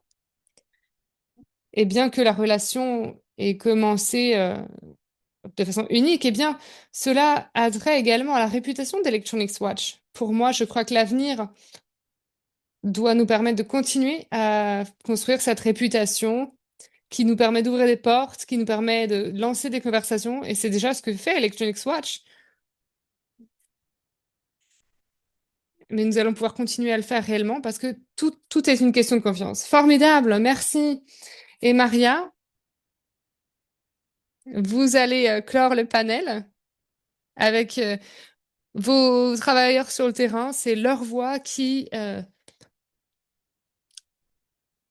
nous permet de dire que c'est là que nous avons besoin de changement. Merci beaucoup, Olga. Et je sais que j'ai mentionné que pour que nous puissions avoir un avenir plus radieux, eh bien, nous devrons réellement placer notre confiance entière en nos travailleurs.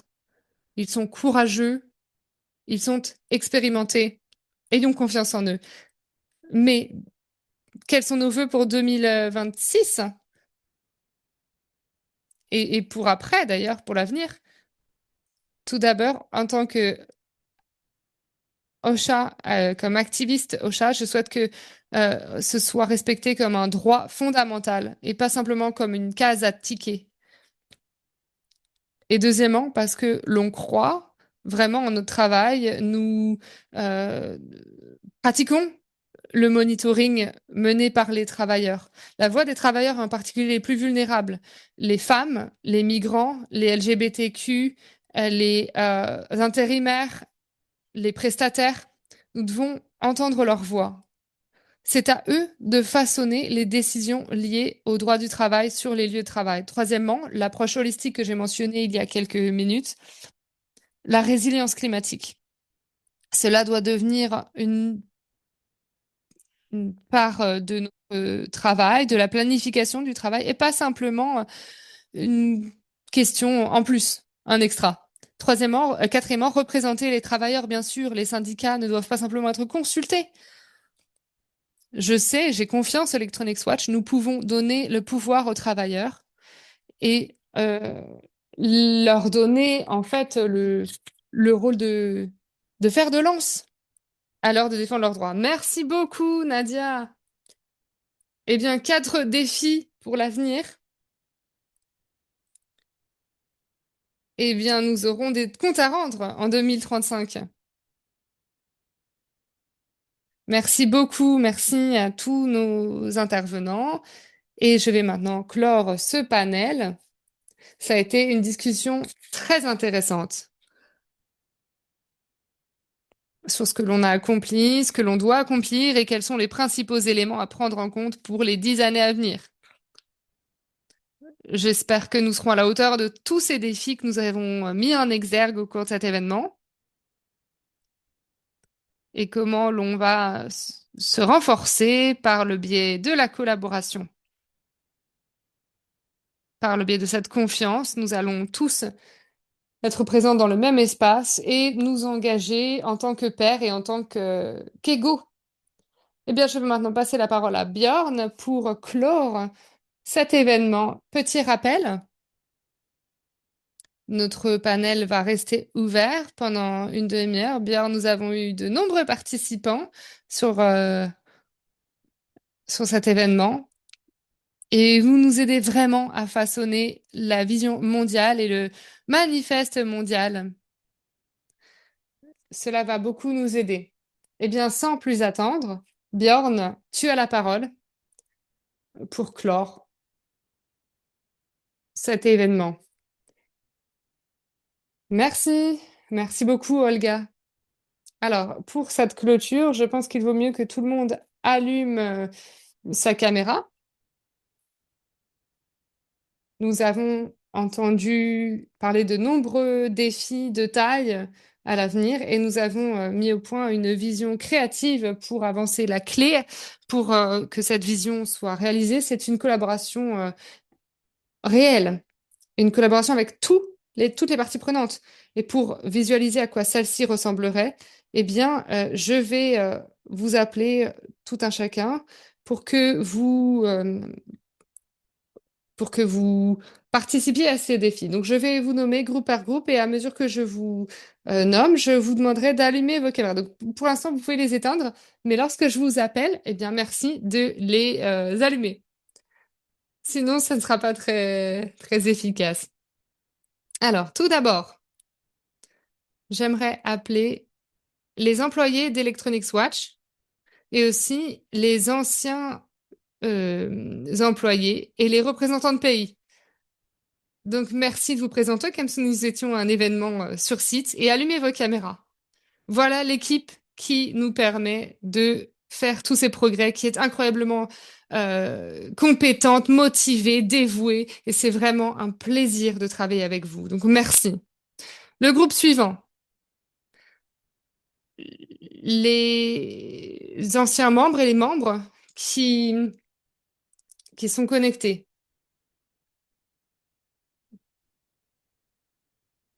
Ils ont toujours vraiment participé de façon réelle à l'organisation et ils ont été de vraies forces qui nous ont guidés. Donc ensuite, nous avons les affiliés. Merci aux affiliés d'allumer leur caméra. Vous êtes de plus en plus actifs et c'est fantastique parce que c'est comme ça que notre mission se concrétisent tous les jours. Ils collaborent pour pouvoir utiliser leur poids commun. Merci pour tout votre travail, chers affiliés. Groupe suivant, les partenaires de monitoring. Hein, il commence à y avoir du monde dans ce groupe. Les partenaires de monitoring, merci d'allumer vos caméras. Et pour les autres, gardez-les allumées également.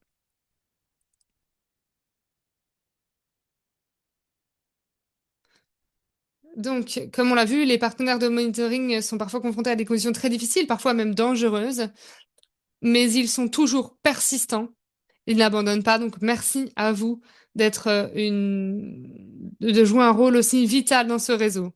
Ensuite, j'aimerais demander de l'aide, j'aimerais demander aux syndicats de vouloir allumer vos caméras.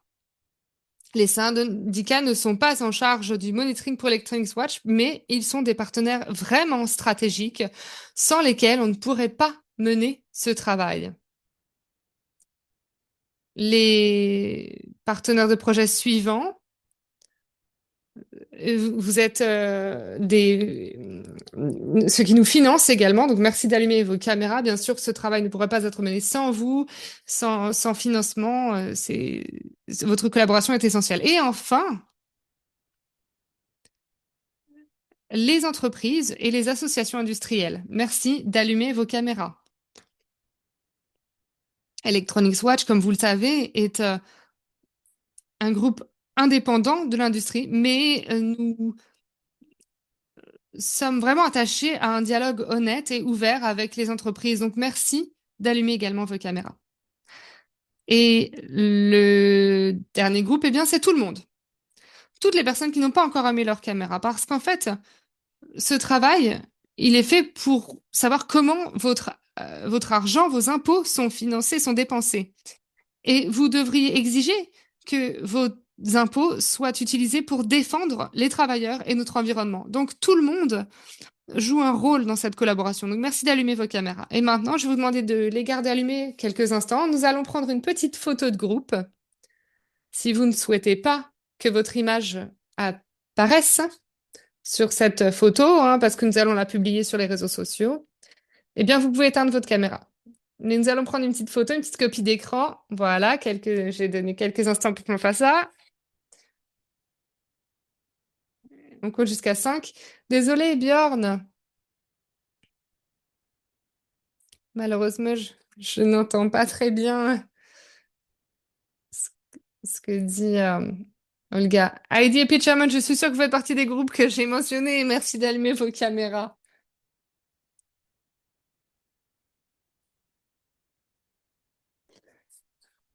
Alors, je vous remercie. Merci à tous les employés qui nous ont permis d'organiser cet événement.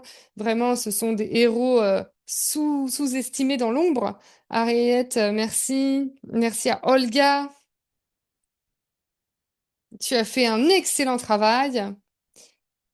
Merci à Pitchman et Heidi, que j'ai entendu, qui ont fait des commentaires vraiment très inspirants et des discours, malheureusement, je pourrais les lire par la suite. Et merci à tous, enfin, de votre participation. Et joyeux anniversaire.